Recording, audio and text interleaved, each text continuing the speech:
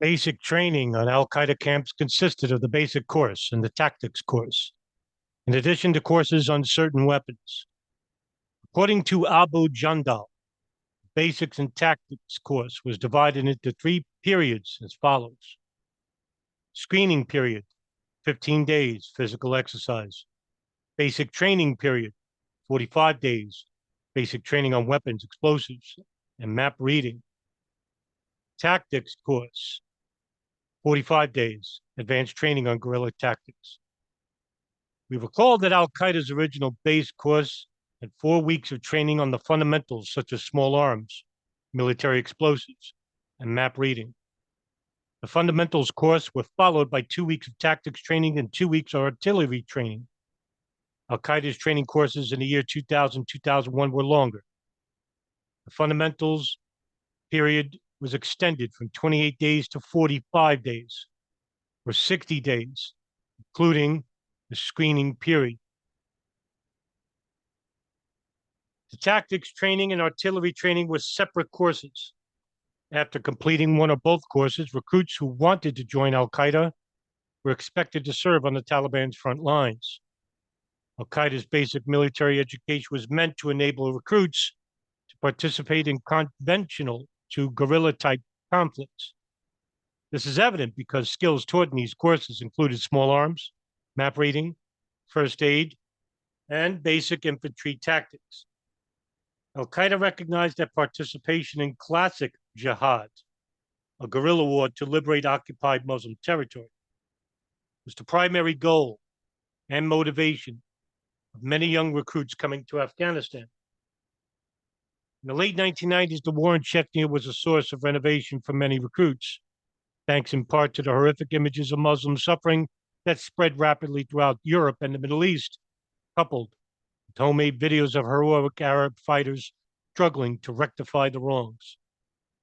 Among the iconic commanders was that of Ibn Khattab, Saudi fighter who had a short stint in Al-Qaeda's Farouk camps in the early 1990s.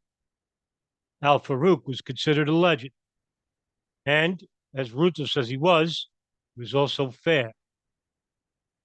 However, in the year 2000, it was almost impossible for foreign fighters to join the conflict in Chechnya. Chechen rebels and their Arab supporters, including Khattab, experienced major setbacks in the winter of 1999-2000, when Vladimir Putin, then the Russian prime minister, ordered Russian troops to enter Chechnya and seize the capital, Grozny. Meanwhile, Al-Qaeda provided an alternative: the Taliban's front lines north of Kabul. As will be detailed in the Chapter 7 later, Al-Qaeda manned several positions on the Taliban's front lines north of Kabul. Al-Qaeda used the front line systematically to train and test new members. One of the challenges in this regard was to convince new recruits coming to Afghanistan that fighting Massoud was a legitimate jihad. To remove any doubt, in November of 2000, the influential Saudi Sheikh Hamad bin Uqla al-Sharabi issued a fatwa saying it was a legitimate fight with the Taliban against its opponents, especially Ahmad Shah Massoud, who are supported by the forces of disbelief like America, Great Britain, and Russia.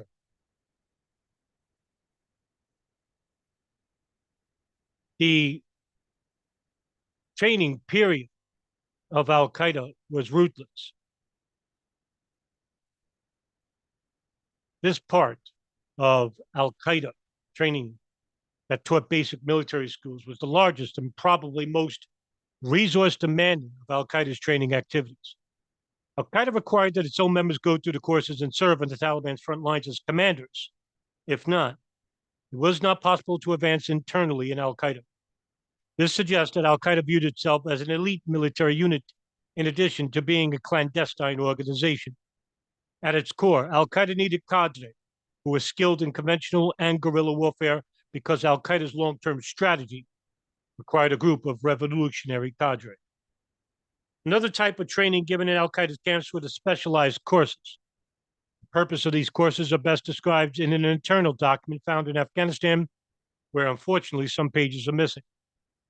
The document indicates that Al-Qaeda trained its own members to do internal work. and that it planned to offer the same type of training to other groups. Based on the context, it is understood that internal work must refer to clandestine military activity inside Muslim countries supporting either revolutionary violence or attacks on American targets. Al-Qaeda frequently used the term external operations to refer to militant activity outside the Muslim world.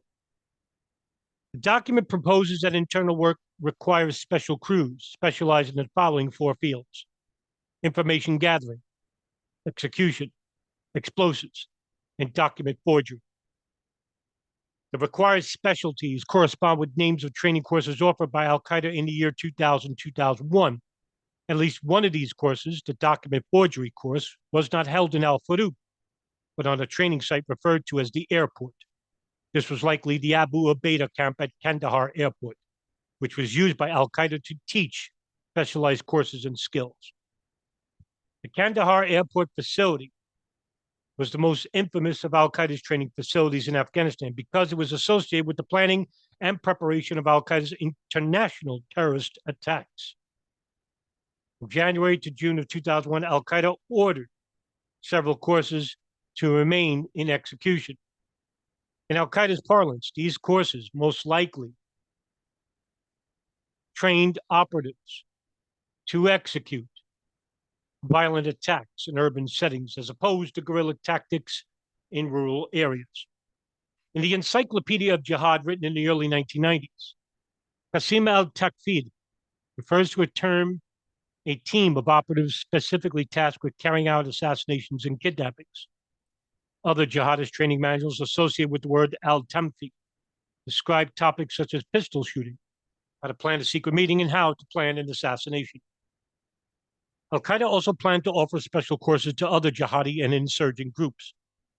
They included courses in document forgery, a specialized course in explosives, including topics such as blasting, sabotage, and booby traps, a course in how to make homemade explosives, and finally, 3 months trainer's preparation course. We do not know if Al-Qaeda offered these courses to anyone prior to 9/11. The existence of the course outlined is nevertheless an indication of Al-Qaeda's broad ambitions in Afghanistan. Trainer preparation courses would typically be given to insurgents who needed to build military capability from the bottom, such as the Somali militants trained by Al-Qaeda in the early 1990s, or the Tajik rebels trained by Mustafa Hamid's group in Al-Farouk around the same time. Courses in document forgery allow groups to operate across international borders. Courses in explosives can be used in a wide range of conflict types, but specialized courses in homemade explosives are typically given to groups who operate on the ground in peaceful countries. Al-Qaeda assisted other groups while training in other ways as well.